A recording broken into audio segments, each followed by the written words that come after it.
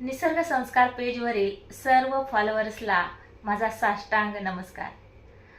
जास्तीत जास्त महिलांनी हा व्हिडिओ पाहिलेला आहे आणि प्रत्येकाचे मत वेगवेगळ्या प्रकारचे आहे आणि ते आपापल्या परीने तिथे व्यक्त केलेले आहे, याचा मला खूप आनंद झाला।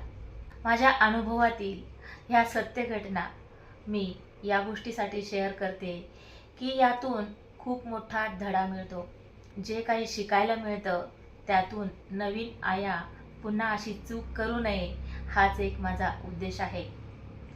एका ताईने मला अशी कमेंट केली होती की आम्ही सुद्धा मुलांना खूप चांगल्या प्रकारे सांभाळतो, खूप जीव लावतो, आम्ही पण एक माणूस आहे। कुणावरही टीका करण्याचा माझा अजिबात उद्देश नाही, हे मी स्पष्ट सांगते। माझ्याकडून चूक भूल झाली असेल तर क्षमस्व।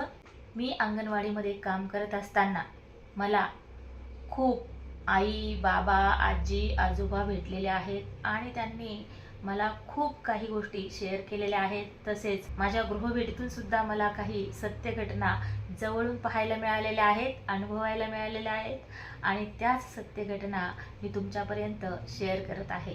त्या व्हिडिओला मला तुम्ही भरभरून प्रतिसाद दिला, त्याबद्दल मी तुमची खूप आभारी आहे। अशीच एक माझ्या जीवनातील सत्य घटना आहे। मी माझ्या स्वतःच्या 1.5 वर्षाच्या बाळाला कसं सांभाळलं, त्याचं कसं रक्षण केलं, हा प्रसंग मी तुमच्या समोर मांडणार आहे। त्याचं कारण असं की कालच एका मुलीने मला कमेंट केली होती, पर्सनल मेसेज केला होता की असा काही तुम्हाला एक्सपिरियन्स आहे का की देव आहे आणि देवावर तुमचा विश्वास आहे।